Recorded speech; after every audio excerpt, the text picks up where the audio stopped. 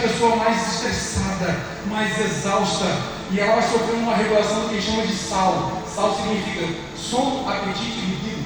Ou seja, o sono fica desregulado, ou ela fica sem sono, que é chamado de insônia, ou ela fica com muito sono, aquela pessoa que está em sofrimento que parece que dorme o dia inteiro, chamado de hipersonia, também é uma alteração. Ou então alteração do apetite, inibição do apetite, se ela perdeu, ou excesso de apetite, compulsão alimentar, ou alteração da libido, ou seja, no vigor da energia, ela perde a disposição e a motivação e cai numa apatia.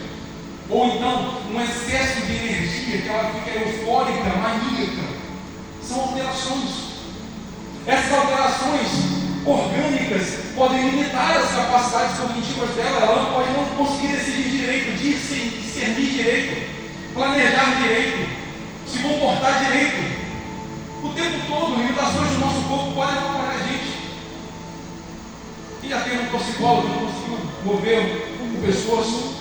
Quem já teve uma lesão na perna que não conseguia se mover um carro? Então lesões no cérebro também vão tirar nossas capacidades, também vão prejudicar, vão comprometer, e essa pessoa está em sofrimento. Eu não posso dizer que é meramente uma questão de escolha. Eu não posso reduzir isso e não observar e não considerar o excesso de dor, de sofrimento. Outro mito é dizer que essas pessoas só querem chamar a atenção. Não, elas não querem só chamar a atenção. Elas podem precisar sim de atenção. Todas as vezes que a gente adoece e procura um hospital, uma consulta médica, a gente quer atenção. Quer que o médico toque, que ele examine, quer que a equipe se concentre na sua dor. Essas pessoas, elas estão em sofrimento ou não estão? Elas carregam vulnerabilidades ou não, que vão piorando. Então elas precisam de atenção. Elas não só desejam, elas precisam de atenção. A gente não pode subestimar, a gente não pode diminuir a dor do outro. Assim também, no meio desses mitos existe uma verdade sobre esse assunto. Pessoas de todas as idades, independente do gênero, de todas as classes econômicas, de todas as culturas, podem reprimir. Até crianças e adolescentes podem reprimir. Existe depressão infantil. Existe depressão na adolescência. Todas as idades. Uma notícia que você encontra em um site jornalístico, se você der um Google, diz que em uma manhã de uma quinta-feira, na emergência do Hospital Infantil de Belo Horizonte, havia 3 leitos ocupados. Na cama do meio havia um menino que aparentava ter 9 anos de idade com inexplicável dor abdominal. Na cama direita, uma menina de 13 anos que implorava para não ser internada. E à esquerda, um adolescente de 16 anos com o uniforme da escola.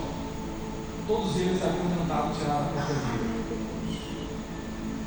Crianças e adolescentes sofrem e sentem dores e sofrimentos que muitas vezes não sabem nem nomear. É importante observar os sinais, porque muitas vezes existem muitas tentativas e muitos pedidos de socorro diretos e indiretos.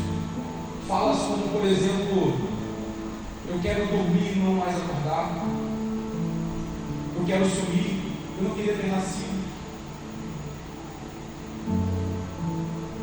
Uma vez eu estava atuando como psicólogo escolar e eu estava indo para uma atividade, e aí eu vi uma criança de 8 anos, e aí eu dei aquele oi, boa tarde, tudo bem, aquele direto que você está passando, e aí, tudo bem, boa tarde?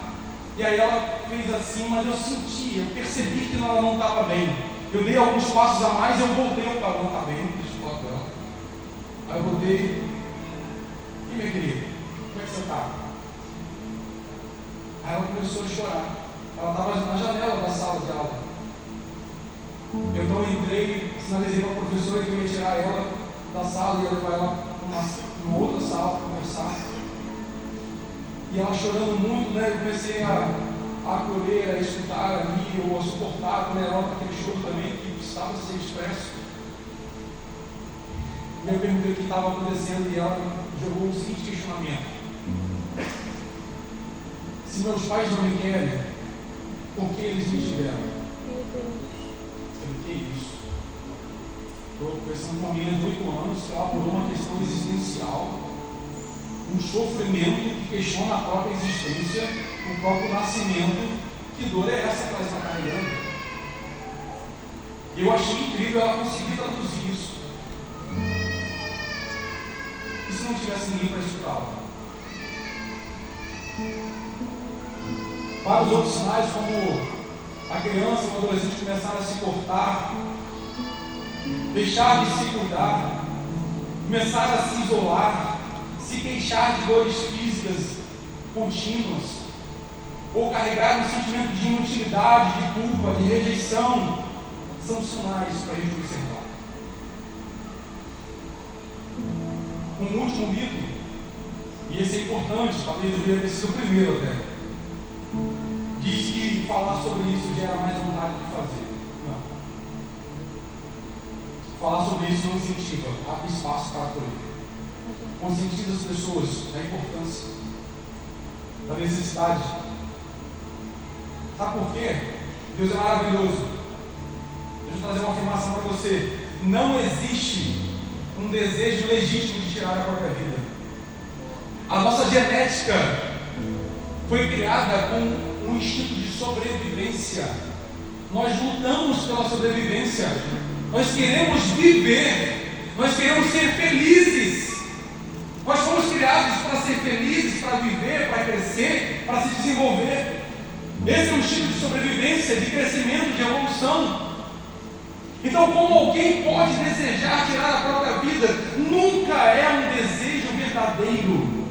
O desejo de tirar a própria vida é sempre um desejo falso. Eu preciso conformar os meus pacientes todas as vezes. É sempre um desejo mentiroso, é sempre um desejo falso. Na verdade, você não deseja acabar com a sua vida, mas talvez você deseje acabar com essa vida. Meu Deus. Essa vida não está legal. Você não está feliz. Depressão é um termo técnico para a infelicidade. É a infelicidade patológica. E a depressão, por mais que seja um sofrimento e um estado de dor, é também um alerta existencial. Ela está dizendo que você não está bem. As coisas não estão indo bem. E você está perdendo vontade. E você está se isolando. E você está deixando as coisas passarem. Você não passa mais pela vida. É a vida que está passando por você. A depressão está tentando te sinalizar que existencialmente você não está bem. Porque uma coisa, veja irmãos, uma coisa a gente não está bem numa circunstância, outra, bem diferente, a gente não está bem existencialmente. Circunstancialmente eu posso ter recebido uma notícia difícil, eu posso ter levado um prejuízo, e eu fiquei triste, eu fiquei chateado com aquilo, mas é circunstancial, eu não sou uma pessoa infeliz, eu não estou deprimido. Eu poderia dizer que eu estou felizmente triste, porque existencialmente eu estou feliz, mas circunstancialmente eu estou passando por uma tristeza. Mas isso é circunstancial, não é existencial. Quando eu olho o saldo da minha vida como um todo, não, as coisas estão fluindo, está indo bem. Mas quando a nossa existência é atingida, nosso corpo começa a gritar, e pensamentos distorcidos podem começar a aparecer. Por exemplo, de que eu já estou muito exausto, já não aguento mais. E pode ser que o cansaço seja real mesmo, irmão. A dor está muito intensa. E você precisa pausar, revisar, dividir o peso com alguém. Senão vem outros pensamentos como ninguém entenderia mesmo. Existem várias pessoas que já passaram por coisas parecidas. Existem vários profissionais que são treinados e estudam isso todos os dias para conseguir te escutar sem te julgar. Não se isole. Senão daqui a pouco a depressão pode trazer um pensamento de que eu estou sendo um peso. Não aceite isso também. Quem te ama de verdade, quem se importa de verdade com você, não tem problema nenhum em estender a mão para te ajudar. Aleluia! Só quer te perder. Você não é um peso. A verdade é que esse mundo, ninguém está isento do sofrimento. De Gênesis a Apocalipse, quantas histórias de sofredores, de pessoas passando por sofrimento. Você tem lá Moisés sendo abandonado, você tem José sendo vendido, você tem mais para frente, né? Paulo sendo preso, você tem o próprio Jesus sendo condenado, sendo crucificado. Ninguém está isento do sofrimento. Todos ali sofreram. Mas eu também posso afirmar que todos carregaram a presença de Deus. Porque a igreja não é a reunião das pessoas que não sofrem. A igreja é a reunião das pessoas que permanecem, das pessoas que persistem, das pessoas que encontram um caminho de esperança para os seus dias mais difíceis. Por isso nós podemos amadurecer a nossa mente em 3 níveis. Tiago gosta dos 3 níveis. Sempre falo dos 3 níveis, né, Tiago? Existem 3 níveis de amadurecimento mental para vencermos os dias difíceis. Os 2 primeiros níveis, eu acredito que você já esteja vivendo, glória a Deus. E o 3º nível? Espero que sim também. Senão, hoje Deus vai forjar os 3 níveis de você. Aleluia! Você não vai sair daqui entendendo, você vai sair daqui compromissado em viver mais. É isso! E será testemunho. Então Deus é interessado em te forjar isso. Primeiro nível, nós vencemos os dias difíceis com uma mente inteligente, com a intelectualidade, com o nosso cálculo, a nossa capacidade. Existem sofrimentos que vêm de problemas que nós podemos controlar, que nós podemos resolver. Deus nos entregou a ciência para resolver tantas coisas. Nos últimos meses eu passei por reformas lá em casa, quantas coisas, quantas soluções eu descobri que eu não fazia ideia. Mas nós temos engenharia, nós temos arquitetura, nós temos tantas técnicas. Tem muita coisa que a gente pode resolver. Se eu não sei resolver, eu posso contratar alguém, eu posso buscar conhecimento, eu posso estudar. Existem muitas coisas, muitos problemas que a gente pode resolver. E a gente precisa de conhecimento consistente, conhecimento justo, conhecimento real, conhecimento certo. Fazer ciência. Não há problema nenhum fazer ciência. Eu creio que a ciência devidamente desenvolvida e a Bíblia corretamente interpretada nunca entrará em contradição. Porque nós estamos falando apenas da criação e do Criador. Existe uma lógica, uma sintonia aqui. Né? A criação, ela espelha o Criador.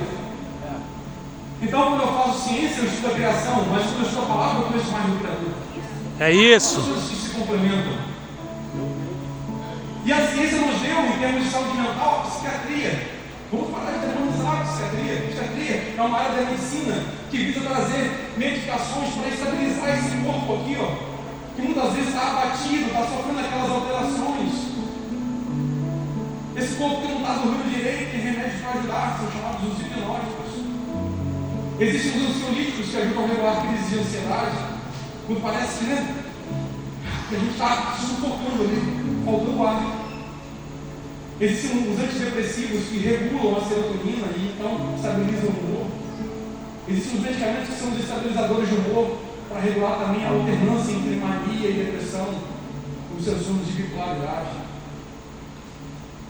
Existem os antipsicóticos que ajudam a regular delírios e alucinações para trazer a pessoa novamente para a realidade. Talvez, alguns anos atrás, as pessoas tivessem um preconceito com os remédios psiquiátricos porque eles geravam muitos efeitos colaterais. A psiquiatria é uma área mais nova da medicina. Mas as décadas vêm avançando, os anos vêm avançando, as pesquisas são surpreendentes. Nós temos remédios hoje com efeitos colaterais muito reduzidos, muito mais controlados. E às vezes é uma questão de dosagem, por um tempo só, deixa o médico avaliar se você precisa ou não. Uma dosagem menor, uma dosagem maior, durante um tempo, durante mais tempo, deixa ele te acompanhar. Vai fazer bem para o seu organismo. O seu organismo precisa de algum suporte enquanto você atravessa os processos que você está atravessando. Mas remédios não fazem algumas coisas. Remédios não te ensinam habilidades. Remédios não mudam os conteúdos dos seus pensamentos. Remédios não instalam um novo olhar.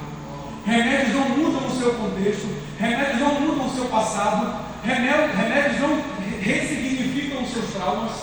E aí que entra a psicologia, como uma ciência da experiência, uma ciência do repertório, do desenvolvimento humano, para estudar os pensamentos, as ações, como que o passado interfere no presente. E a psicologia é uma ciência que ajuda as pessoas a desenvolverem autoconhecimento para entender o que eu fui vivendo ao longo do meu passado, né? Que foi me deixando marcas, que foi instalando gatilhos na minha personalidade. Muitas vezes hoje eu me comporto de uma forma desproporcional, não porque eu quero, mas é porque o meu passado instalou esse gatilho. Então, se a gente conseguir diagnosticar, a gente pode ir desmontando isso na personalidade, porque nem combina mais com quem eu sou. Para desenvolver autoestima, para desenvolver enfrentamento, para desenvolver resiliência, para desenvolver sociabilidade, para desenvolver tantas habilidades para lidar melhor com as nossas experiências. Tudo isso é ciência. O conhecimento que Deus permite que a gente desenvolva para lidar com aqueles sofrimentos que a gente pode controlar, que a gente pode resolver. Certamente você já se impressionou com muitos autores, pensadores, cientistas ou talvez filósofos. Muitos pensadores são considerados grandes mentes ou grandes mestres pelo seu conhecimento.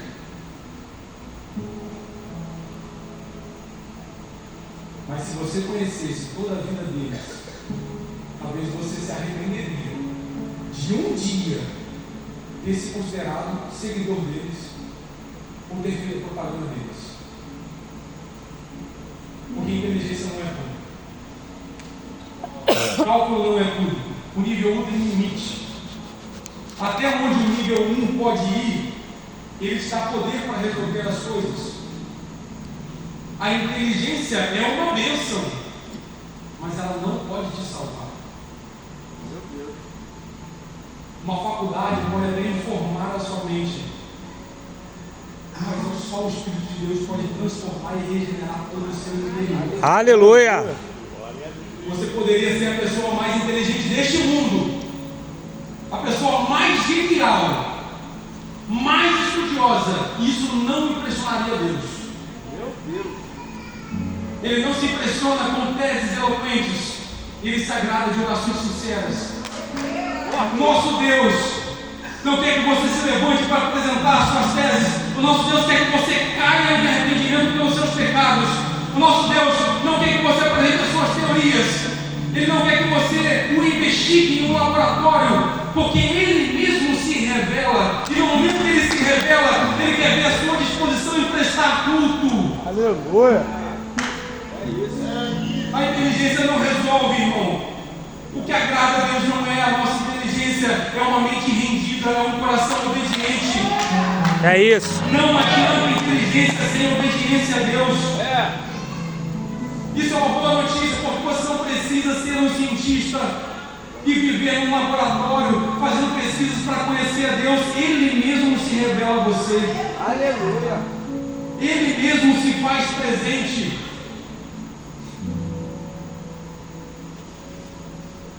Deus não quer eloquência, Ele quer sinceridade de coração. Isso aí. Pessoas inteligentes podem resolver muitos problemas, mas ainda assim, elas também podem se desesperar, porque existe um novo nível, um segundo nível de sofrimento que vem de problemas incontroláveis. Você já poderia fazer uma lista aí, agora ou depois, uma lista já de duas colunas. Desafios que eu posso controlar, que cabe a mim resolver. Desafios que eu não consigo resolver. Não está sob o meu controle. Esses desafios que a gente não pode resolver são resolvíveis. Dá para solucionar, mas não cabe, a gente não tem controle. Vão exigir o nível 2 do amadurecimento mental. Enquanto o nível 1 é da mente que executa e te dá poder, a mente inteligente, o nível 2 é da mente que entrega. Uma mente que reconhece os próprios limites. Você reconhece que tem limites? Você tem limites? Mas você pode crer também que os seus limites não são limitações para Deus. A sua mente não precisa estar presa ao que a razão investiga. Ela pode dar um passo a mais. E vou te falar, esse nível já é um benefício, uma graça especial para os filhos de Deus. A palavra existe um mandamento em Lucas. A gente pode colocar no telão esse versículo. Existe um mandamento da palavra que diz: não andeis ansiosos. Você já conhece? Não andeis ansiosos. Não significa que você não possa sentir ansiedade em uma circunstância, mas não andeis ansiosos significa que você não deve ter um estilo de vida ansioso, preocupado com o amanhã, tentando controlar todas as coisas. Você só vai perder o teu sono. Não te cabe controlar. Aquilo que você pode controlar, seja responsável, controle. Aquilo que você não pode controlar, entregue. Como se você estivesse fazendo uma viagem muito longa e você dirigiu durante horas, com a mão no volante, controlando o automóvel, mas agora você está muito cansado, não dá mais para controlar esse automóvel, eu vou ter que entregar o volante.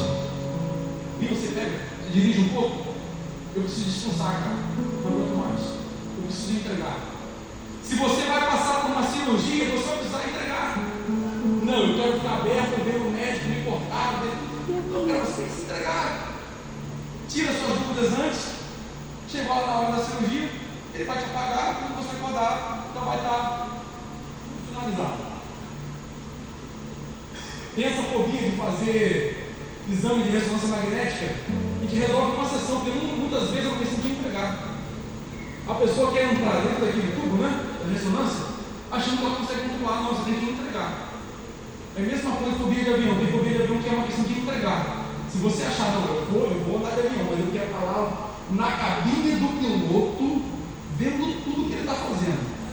Se ele dá uma, né, se ele tiver com sono, vai dar certo. Você não vai conseguir entrar no avião, eles não vão deixar você entrar na cabine. Você vai ter que entregar o controle. Confiar que ali tem um piloto, tem um copiloto, tem computação, tem máquinas, né, programadas para fazer vários movimentos. Existe um checklist, uma engenharia sustentando tudo. Aí eu consigo entrar de avião. Tem que entregar. Sabe qual é o problema? É que na verdade o que a gente quer é segurança, é se sentir seguro. Então eu acho que eu tenho que ter o controle da coisa para me sentir seguro. E aí é que está o problema. Porque as coisas não estão descontroladas só porque não estão no seu controle. E pelo contrário, quanto mais você deseja o controle, mais você fica descontrolado. Porque não dá para controlar, é para entregar. Se não discernir a diferença entre controle e entrega, não vai funcionar. Quando o mandamento diz, não andeis ansiosos, o que significa isso, irmão? Significa, você não pode duvidar da provisão de Deus quando as coisas estão difíceis. Você não pode duvidar da bondade de Deus nos dias incontroláveis. Você não pode duvidar da bondade de Deus ao ver a maldade do homem. Você não pode duvidar do caráter de Deus, porque existe provisão e Deus não se atrasa. Então você não pode andar ansioso. Andar ansioso é falta de fé. Meu Deus! A ciência pode até te deixar confiante enquanto tiver entendimento, mas essa não é a fé dos filhos de Deus. A fé dos filhos de Deus te mantém confiante mesmo nos dias de escuridão, mesmo nos dias que você não entende nada. Sabe por quê, meu irmão? Porque é muito mais importante conhecer o planejador do que conhecer o plano. É muito mais importante conhecer o Criador do que conhecer a criação. Por isso a gente consegue entregar, porque nós conhecemos o caráter de Deus. Assim como você confia, talvez, em muitas pessoas da sua vida, Porque você conhece o caráter dessas pessoas. Elas têm um andar honesto com você. Elas prometeram e cumpriram. Então você vai aprendendo a confiar nelas. Porque você tem confiança no caráter delas. Começa a caminhar com o Senhor. E você vai aprender a confiar e fazer a entrega. Ele não vai falhar nenhuma das vezes. Muitas vezes é só uma questão de perceber isso.